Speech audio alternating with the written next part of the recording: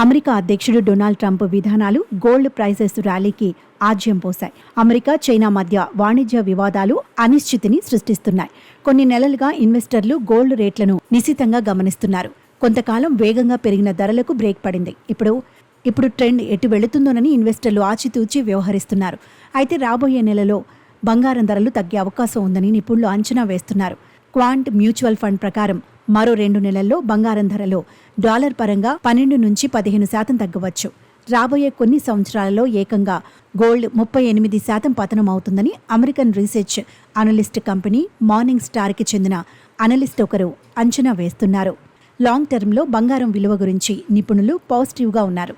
ఇన్వెస్టర్లు తమ పోర్ట్ఫోలియోలో కొంత భాగాన్ని గోల్డ్కి కేటాయించాలని సలహా ఇస్తున్నారు. జూన్ 3న భారతదేశంలో 10 గ్రాముల రిటైల్ బంగారం ధర 96,960 వద్ద ఉంది. 3% గూడ్స్ అండ్ సర్వీసెస్ ట్యాక్స్తో కలిపి ధర 10 గ్రాములకు 99,868కి చేరుతుంది. అయితే పెరుగుతున్న ధరలు ఇండియాలో గోల్డ్ డిమాండ్ను దెబ్బతీశాయి.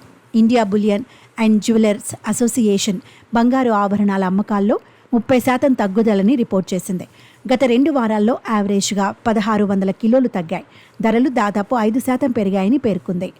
మే 15న 10 గ్రాముల ధర 92,365కి పడిపోయింది. మే ప్రారంభం, ముఖ్యంగా అక్షయ తృతీయ సందర్భంగా గోల్డ్కి డిమాండ్ ఎక్కువగా ఉందని ఐబీజేఏ జాతీయ కార్యదర్శి సురేంద్ర మెహతా ఎకనామిక్ టైమ్స్తో చెప్పారు. కానీ ధరలు మళ్లీ పెరగడంతో కొనుగోలుదారులు వెనక్కి తగ్గారు. ట్రంప్, చైనా అధ్యక్షుడు జీ జిన్పింగ్ తదుపరి ఎలాంటి నిర్ణయాలు ప్రకటిస్తారని అందరూ ఆసక్తిగా ఎదురుచూస్తున్నారు. మారుతున్న వాణిజ్య విధానాలకు మార్కెట్లు పతనమవుతున్నాయి. దీంతో స్వల్పకాలంలో బంగారం ధరలు తగ్గే అవకాశం ఉంది.